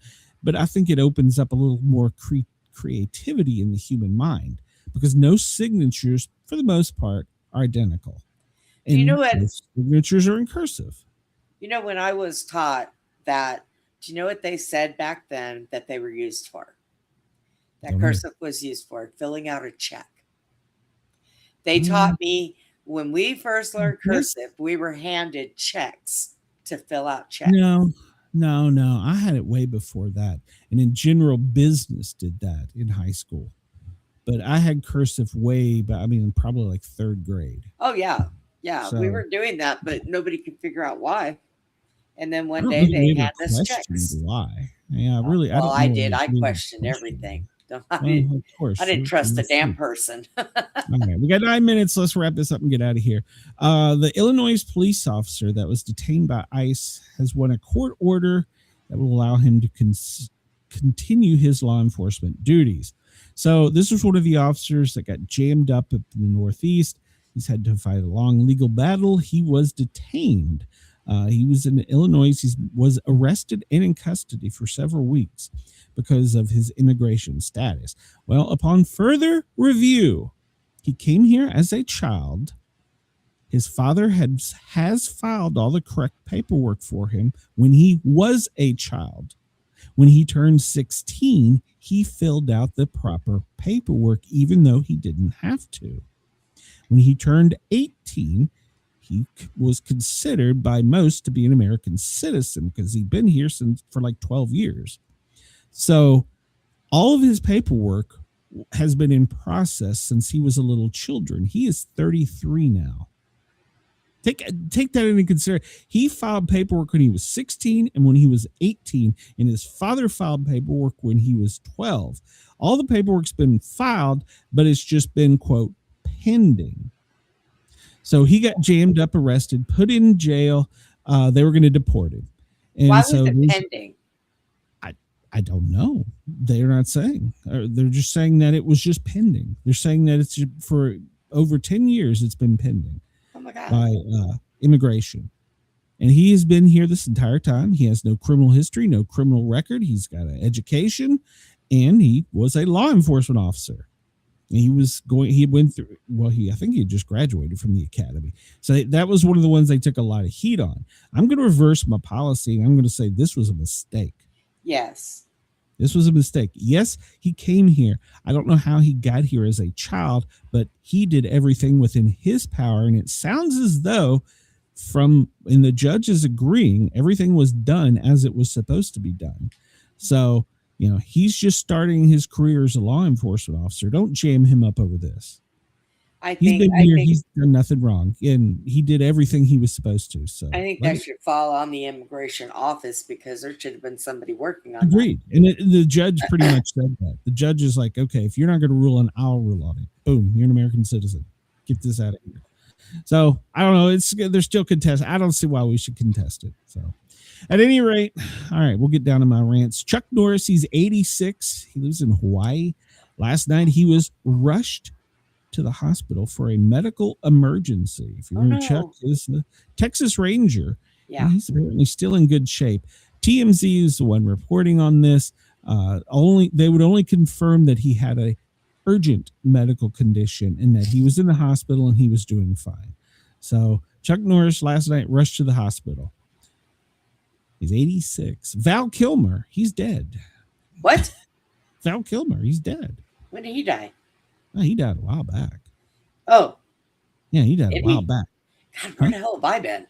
I don't know. Where have you been? I don't know. But Hollywood producer is bringing him back as AI. Yep. That's what they're doing with him, Bruce Willis.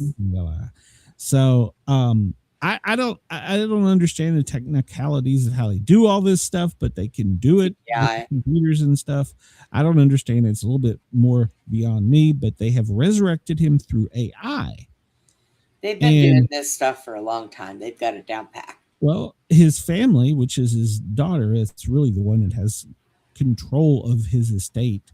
Yeah. Mercedes Kilmer.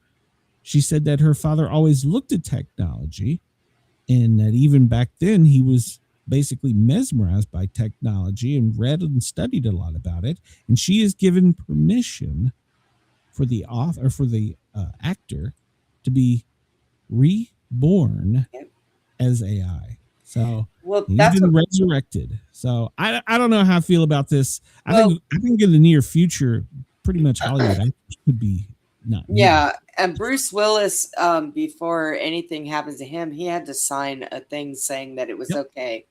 So yeah, he wanted to use his voice.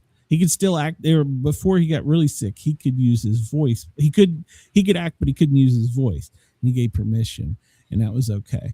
And like I said, I don't know how I feel about it, but at any rate, so he's going to be back in an up and coming movie, and ironically enough, he's playing a spiritual role. So we'll see. All right, my rant of the day, and I'm going to just get it out of there.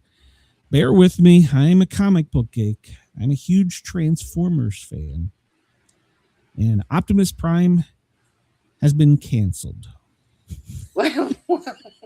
What'd he do?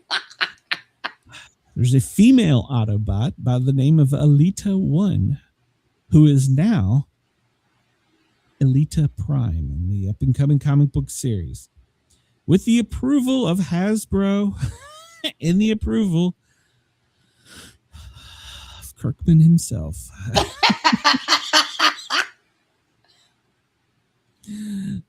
Drunk C-3PO's reaction, quote, "I don't like it." He's a well-known Transformer fan and commentator, but he's been canceled. So what couldn't they put the book in there and call her his wife? During the war, apparently, a new Transformer transferred to Earth, Alita 1. And she told him that he was a sloppy leader because he hadn't won this war that has spanned generations. And she challenged him. And she's not wrong, because the Decepticons, this war has been going on since, if you follow the storyline, since pretty much the dinosaur age. But it's what keeps people watching. Well, apparently Alita 1 challenged him and said that you're a stupid leader. You haven't won this war yet. I challenge your strength of leadership. And Prime said he didn't want to fight. This is all from leaked comic book stuff. It's one of the ones coming out now. He said he didn't want to challenge her, that he would let the Matrix decide. And he opened up the Matrix. The Matrix agreed, and the Matrix of power went to her. So he is now just Optimus. He's been demoted.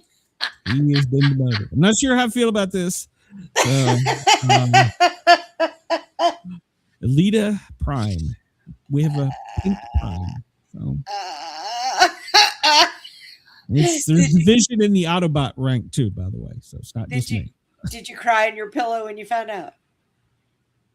I just want to say I'm not sure how I feel about this. You cried in your pillow. Well, I mean, why did they do this? I like the storyline that they used, why they did it. But did we do it because we talked about yesterday how I was against, the Chicago mayor. He wants to hire more black firefighters. Well, were we doing this because we need a pink robot leader?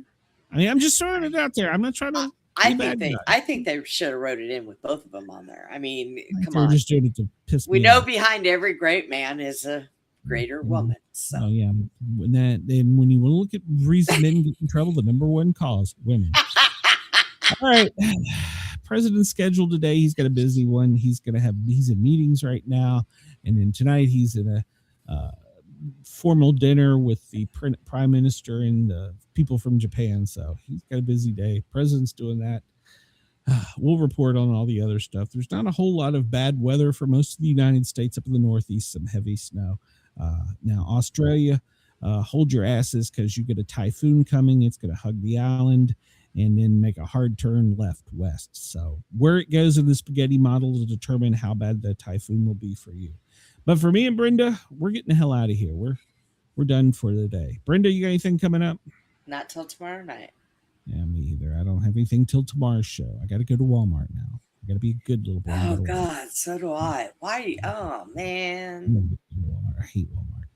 All right, I'm getting out of here, ladies and gentlemen. Brenda and I will be back tomorrow, 2:00 for the Friday show.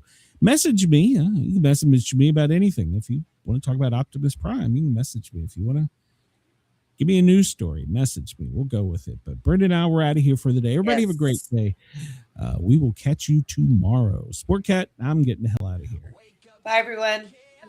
And by the way, Chris, I did read your comment. With the wild-eyed dream, Brenda by his side, they're spinning the news. Twisted takes, crazy jokes, no bunker, just views. A quiz and history.